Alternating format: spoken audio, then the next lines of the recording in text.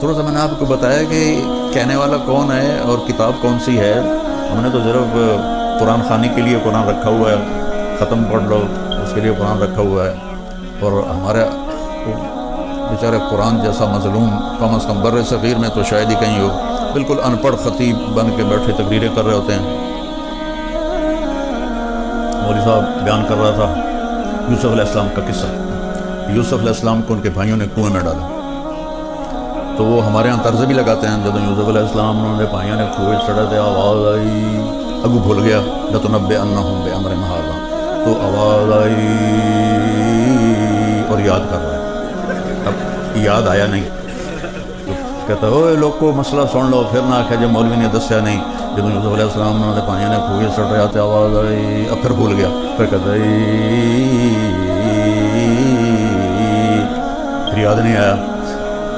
کہ جو ہوں نہ دسیا تو میں نے لتر پہن گیا. اوے سن لو مسئلہ غور نال سن لو، قرآن بیان کر رہے ہیں، کوئی خبراں نہیں سنا رہے ہیں. جب یوسف علیہ السلام انہوں نے بھائیوں نے کنویں چڑھے تھے، آواز آئی کڑھم کڑھم، پانی میں گرنے سے آواز ہوتی ہے کڑھم، آواز آئی کڑھم. یہ تو قرآن کے ساتھ ہو رہا ہے. کبھی آپ نے اٹھا کے دیکھا کہ اللہ کیا کہتا ہے؟ کیا کچھ کرتے ہو، کیا کچھ پڑھتے ہو، کیا کیا پڑھائیاں کرتے ہو، ساتھ جاب بھی کرتے ہو. یہ جو ہمارے بچے آتے ہیں بیچارے جاب بھی کرتے ہیں، پڑھائیاں بھی کرتے ہیں. کبھی قرآن بھی اٹھا کے دیکھا کہ اللہ مجھ سے کیا کہہ رہا ہے؟ تو اللہ تعالیٰ نے کہا ہے کہ لِيَبْلُوَكُمْ أَيُّكُمْ أَحْسَنُ عَمَلًا، میں تمہیں آزما رہا ہوں. تم نے مر کے میرے پاس آنا ہے. تم میں سب سے خوبصورت عمل کون کرتا ہے؟ یہ نہیں کہا تم میں زیادہ عمل کون کرتا ہے، تم میں زیادہ خوبصورت عمل کون کرتا ہے.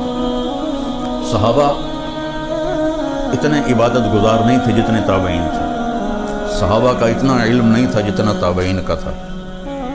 حضرت خالد بن ولید جیسی شخصیت فجر کی نماز پڑھائی، تھوڑا سا قرآن ایک جگہ سے پڑھا، تھوڑا سا ایک جگہ سے، تھوڑا سا ایک جگہ سے، اس طرح کر کے فجر کی نماز پوری کی.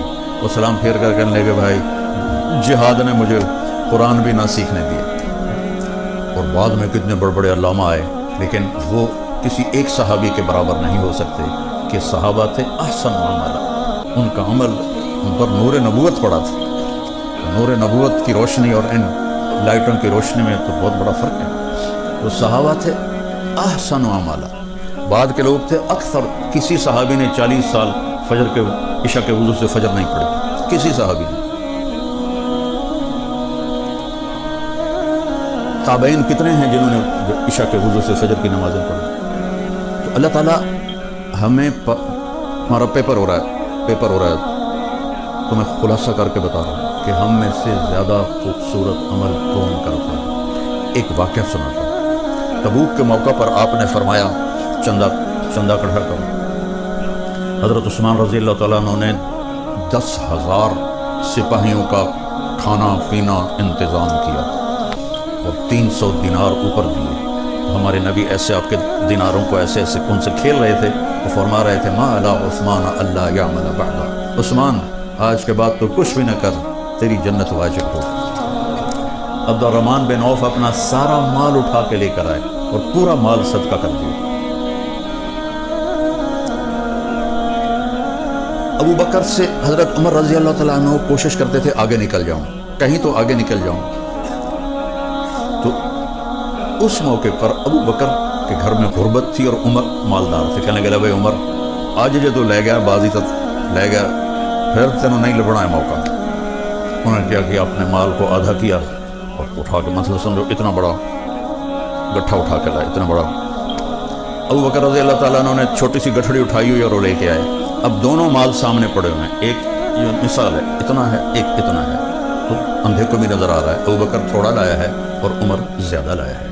اب اگر سوال میرے نبی یہ کرتے عمر کتنا لائے ہو، ابو بکر کتنا لائے ہو، تو ابو بکر ہار گئے تھے اور عمر جیت گئے تھے. اور اللہ اور رسول کو پتہ ہے کہ اصل قصہ کیا ہے. تو آپ نے سوال ہی بدل دیا جو اس موقع کا ہے ہی نہیں، بنتا ہی نہیں. عمر پیچھے کیا چھوڑ کے آئے. اور کوئی میں مدارس اللہ میرے ذریعے سے چلوا رہا ہے، کوئی ہمیں آ کے چندہ دیتا ہے تو ہم پوچھتے ہیں جی کتنے ہیں. یہ پوچھ سکتے ہیں کہ پیچھے اور بینک میں کتنے ہیں. اگر یہ پوچھ لیا پیچھے ہور کتنے نوکے گئے اے ویڈیو میں 2 نمبر ہی کام لگ رہا تو اس میں نے فراڈیے لگ دو. تو اب دیکھو میرے نبی نے کیا مال کیا. عمر پیچھے کیا چھوڑا ہے؟ حضرت عمر جو پہلے ایسے کھڑے تو نالی اینج ہو گئی. تو ان کو پتہ لگ گیا ابھی میں ہار گیا. کہنے لگے جی آدھا چھوڑ کے آیا ہوں آدھا لے کے آیا ہوں. ابوبکر تم کیا پیچھے چھوڑ کے آئے؟ کہا جی ترکت اللہ و رسول، میں تو اللہ اس کے رسول کو چھوڑ کے آیا ہوں، باقی سارا لے کے آ گیا ہوں. تو عمر کہنے لگے ابوبکر میں تو اس سے آگے نہیں نکل سکتا. یہ بات میری واضح ہو گئی کہ اللہ دیکھنے والا ہے کہ ہم میں خوبصورت عمل کون کرتا ہے. کثرت بھی مطلوب ہے لیکن اصل جو وزن پڑنے والا ہے وہ خوبصورتی کا ہے. قرآن میں 25 دفعہ احسن کا لفظ آیا ہے اور خوبصورتی کے لیے ایک لفظ ہے حسن خوبصورت، ایک ہے حسین بہت خوبصورت، ایک ہے احسن سب سے زیادہ خوبصورت. احسن کا لفظ قرآن میں 25 دفعہ آیا ہے. اور ایک آیت میں نے پڑھی تھی لقد کان لکم فی رسول اللہ اسوۃ حسنہ. آپ یہاں اچھی لائف کے لیے آئے. اتنا ہی پتہ بھی بھانڈے بھی آپ کے گھومنے پڑیں.